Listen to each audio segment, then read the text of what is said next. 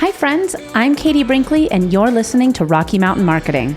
With nearly 2 decades helping business owners, consultants, and coaches with their digital marketing, I know that social media can be an incredible tool to grow your business when you know how to do it the right way. And that's what we're going to do today. I teach you how to navigate the world of entrepreneurship and digital marketing, and hopefully you'll grow your business with a few great tips you wouldn't have known otherwise, and maybe even discover a great local business you love. Let's dive into today's episode. Welcome back to another episode of Rocky Mountain Marketing. Today, I'm sitting down with somebody that I met online. We met on Instagram, started following him. He started following me. We were like, we should just hop on a Zoom call. And I was really drawn into his energy and the way that he approaches storytelling. Storytelling is such an important part as a business owner. You have to know what it is that your story is that makes you stand out from the crowd, how it helps your business strategy, how it helps your personal development, and really how it can help you build an authentic connection with your audience, your ideal customers, your biggest fans. And that all happens through storytelling. And you can utilize that on social media. And obviously my guest was doing a phenomenal job because, again, it led to a Zoom call and now this podcast episode. And I'm speaking today with Alex Street. So Alex has coached TEDx speakers, best-selling authors, and 7-figure business owners to clearly communicate the why rooted in their signature story. He has a master's in theological studies, the husband, and he lives in Toronto. So, I mean, he's Canadian, so he's a super nice guy. So again, Alex, thank you again so much for joining me on Rocky Mountain Marketing today. This is such a pleasure. I am so excited for this conversation and for, just how you're leading the way on this. I am excited anytime that I get to go into a new space and speak about this thing that I'm just so passionate about. So thanks for having me. So you said, in your bio here, I said that you have a degree in theological studies. So, a bit of a performer.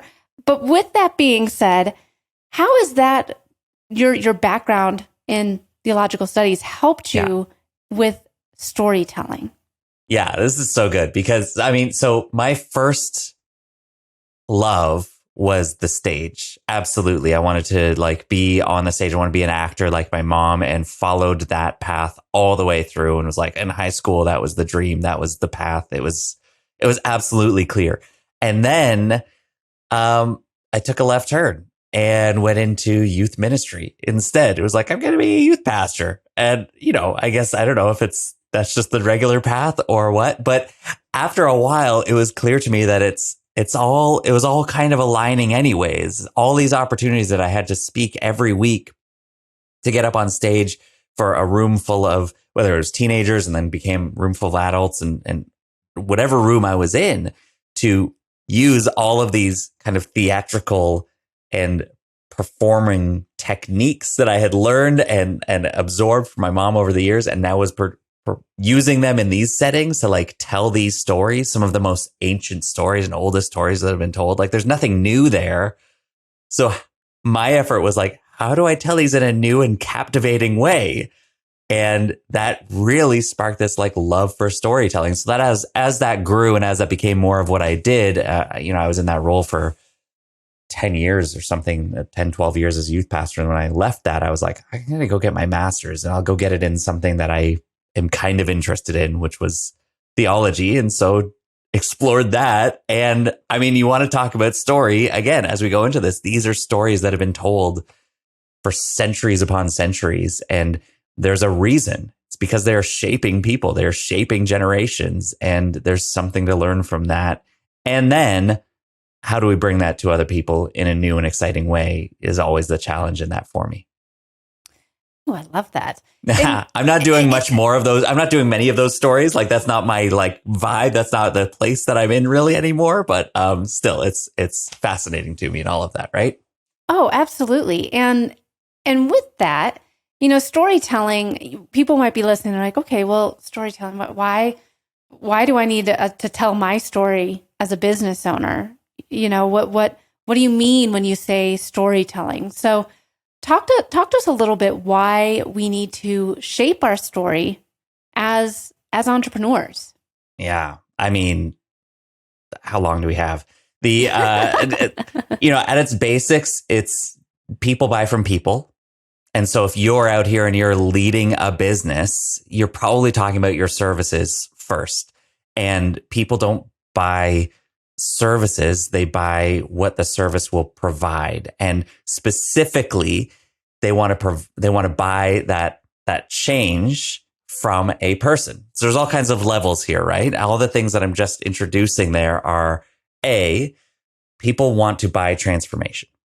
So if they're buying something, it's because they want to change in some kind of way.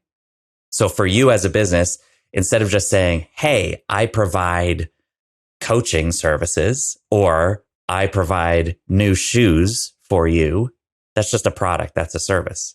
But if you can say, these shoes will help you feel more light and free on your feet so you can feel better at the end of your day, that's a transformation.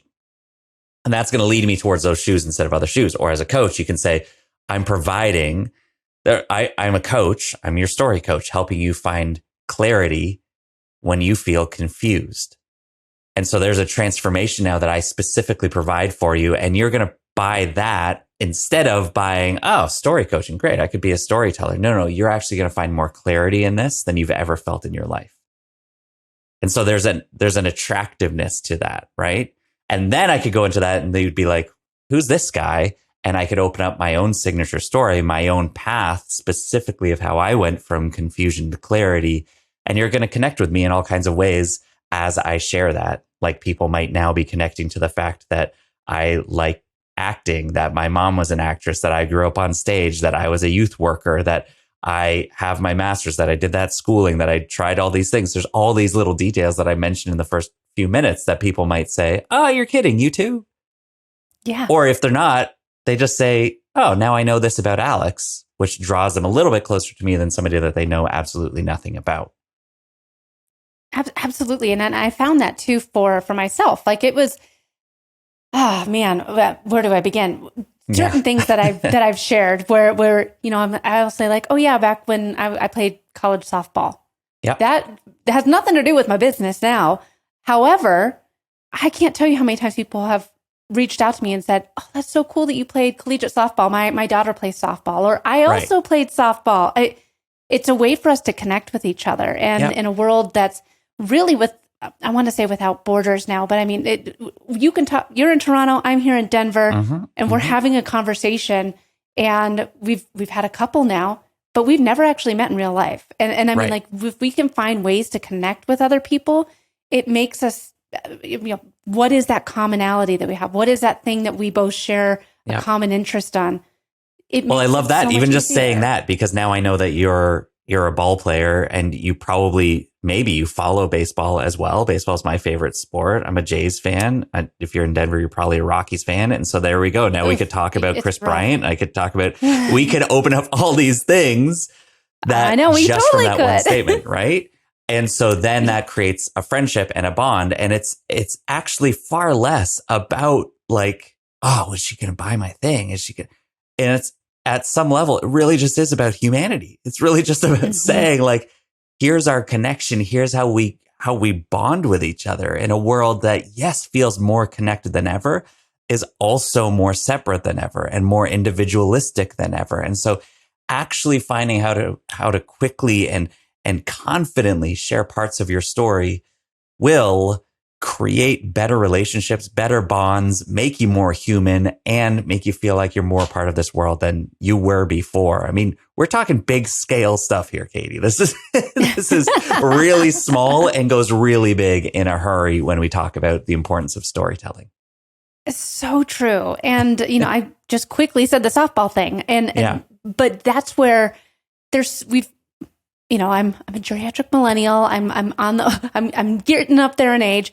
How do you find what stories to share with to grow your business, to grow your audience? I'm not just saying like I'm not going to be like talking about softball all the time on social media, but how do you find what stories that you should share to really cultivate that community around your business? Yeah, this is so good. And this is really like the main thing that I hear all the time is like, what stories should I share? Because I say, you hear tell more stories out there and you think, shoot, like I don't have enough space. And so then you create, a 10 slide carousel on Instagram that is just paragraph upon paragraph of the moments that you've lived through in your life.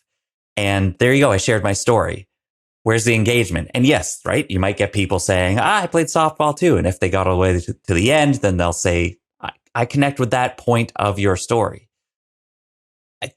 To really use storytelling in your business, it's not about telling, the stories of your life, but the story that you've lived through. I believe that your story converts.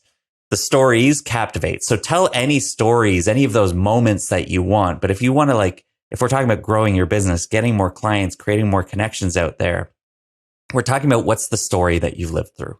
What's that main movement, that main transformation that you have experienced? And so we start there. You want to know what stories to tell? We've got to start with what's the big story from this to this?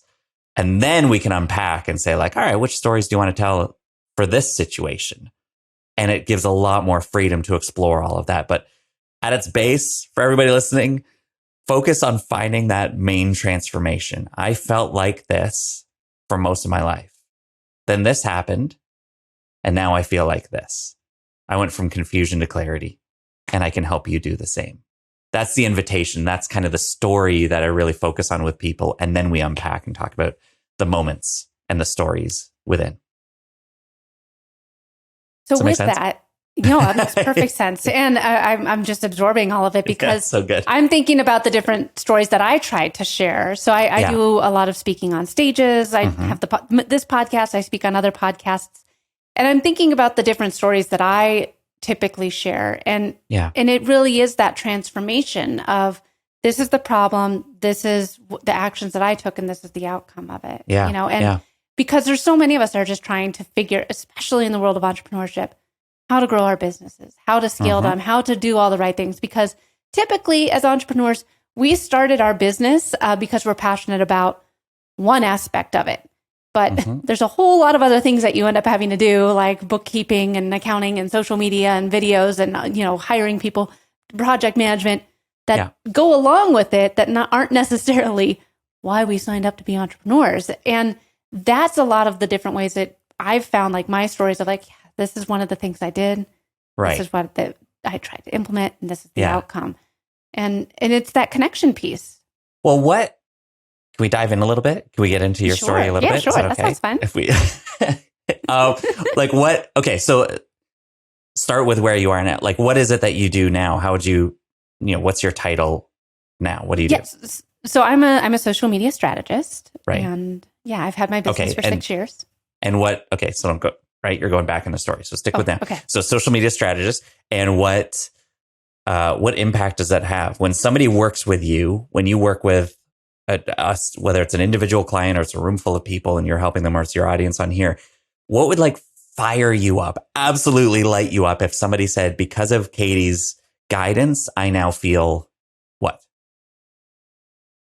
I feel less overwhelmed. Less overwhelmed. So what's a positive? I don't know. Free, easy, light. No. Clear. Clarity. Yeah, I have clarity. Okay, great. Love that. I think I like that's clarity. My word. Clarity around social media. Yeah. Excellent. Okay, so clarity, right? So if somebody said, "Thank you, I'm more clear now than I've ever been," because of you, and then so I would say, okay, that's probably important for you. So right, I'm starting with what's their expectation, but is that how you feel right now as well? Do you you and your business at your best right now?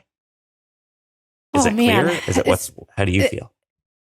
No, I don't have, honestly, I don't have clarity in my business because there's so many other things that I'm still trying to grow and learn how to do. Okay. So at your best, right? We just have such a tendency to go to but I'm not there yet. I'm not done yet. I'm not finished. But at your very best, how do you feel as you even have the capacity to dream bigger, to think bigger? What does that feel like? It feels amazing. It feels amazing. I mean, and this is one of the things that I've talked about with with my husband. I was like, yeah, I mean, I can't believe I started my business. And I know we're going backwards, but I mean, I started my business because I was laid off. I've had my dream job. I actually worked for the Colorado Rockies television station. I was their marketing manager. And when I worked there, I wasn't planning on leaving. I liked what I did. And our company got acquired by another one. And I was just a title, and I was let go. And so I started my business out of like, well, let's just see what happens. And that, who would have ever thought that over 6 years ago, let's just see what happens would turn into a full-blown agency with, 6 team members. Which now, and you said it feels amazing. What else? What is that feeling? What is that empowering? Is that like, oh yeah. Again, what is that? Empowering. Yeah. You're doing a great job with these adjectives here. It's very empowering. Yes. Would that be the main thing? Again, like you walk into a room and like there's one word on your name tag. It's not your name. It's how you feel. No, proud. It's proud. Ooh, boy, I like that. Now we're getting somewhere. So then that's where I would go, okay, so proud. So here you are in your business showing up proud as a social media strategist. And then I would say, okay, well, let's unpack that story a little bit then. Like, where did that begin? Where does the word pride, like you look back through your story and look at like proud. Okay, where did pride begin? Was I proud as a kid? Like, was it like the first time that I showed my mom my like artwork and she was like, good job, honey? Like, was that like what shows up for you when you look back through that word? Was it something that you felt or something you didn't feel? And in that case, what got in the way? Ooh. What shows up? What's a moment? What's like an early moment that shows up when you think about that? It's okay. We're not going to go like full therapy session here. I know. This is this is really fun. Like this is a totally different podcast episode than what we normally do. And this is really fun for me. Oh, good. Okay, great. I love that we're getting into my story here. And probably, it all goes back to sport for me. I grew up playing, seriously, my parents kept me so busy. I did everything from like soccer, softball, horseback riding, basketball, you name it. And because you loved it or because they loved it? I loved it. Like I was always busy, and I loved the team aspect. I loved being a part of a team. I loved, I loved winning. I loved all the aspects that go around being an athlete. And so then I love that, right? So you're like, I've always been a part of a team. I've always loved winning. I've always loved competing and like, and working hard and getting all of that. And then something, again, I'm simplifying the process here a little bit, but something gets in the way.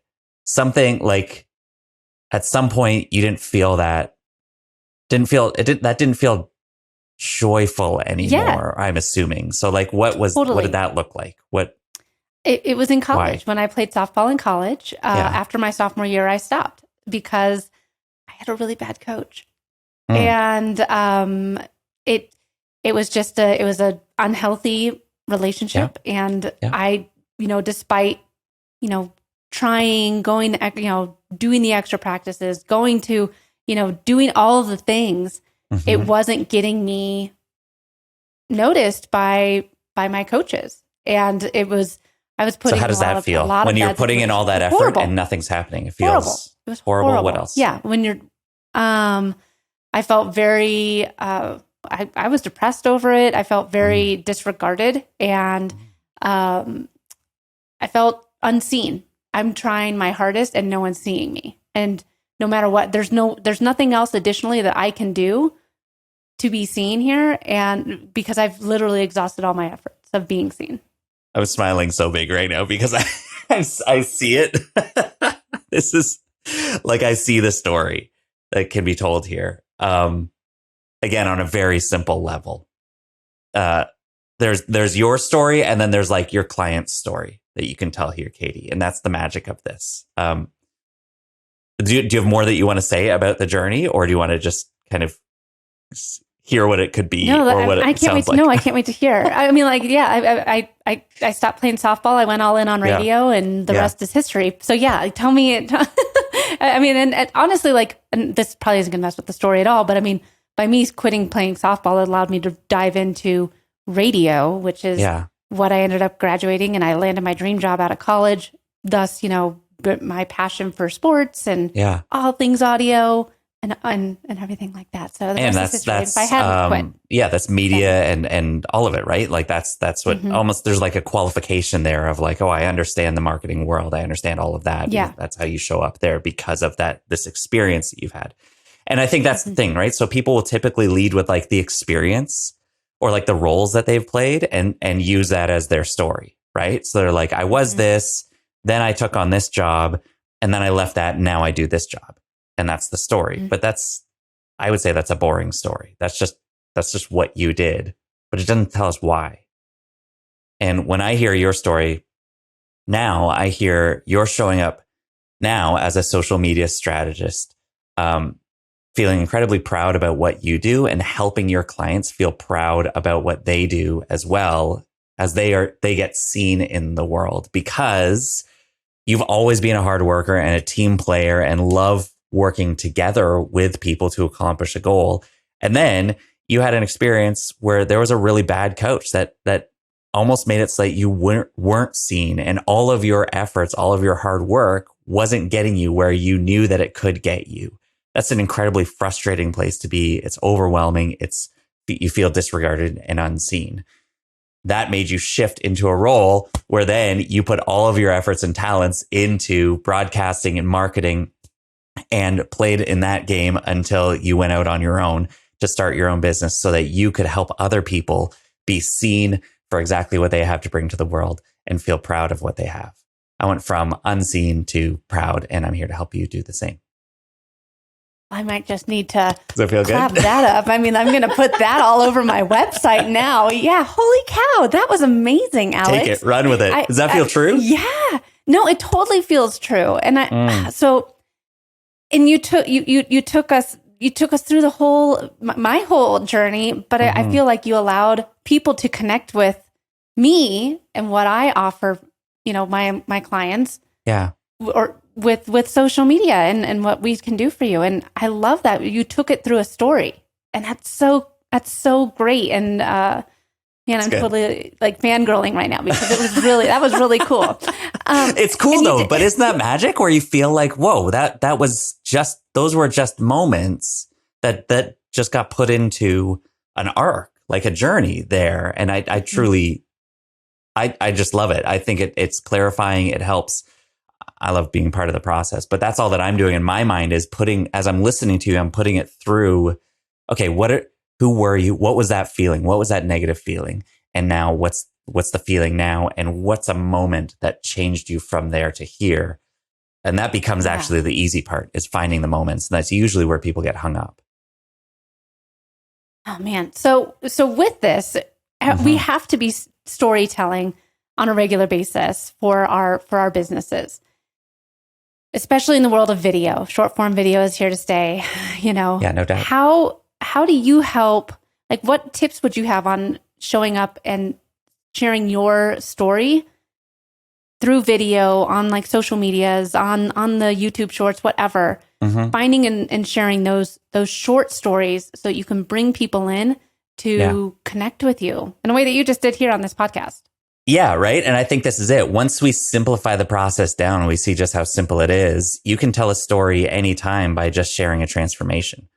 A clear story is as simple as telling a clear transformation. And so I can get on a 20-second reel and say, you know what? It was really hard for me to create content today because I was so confused on what I should say. And then I realized I already have all the answers because I've been doing this for 20 plus years. And that gives me the clarity that I know to show up today and inspire you to find clarity as well.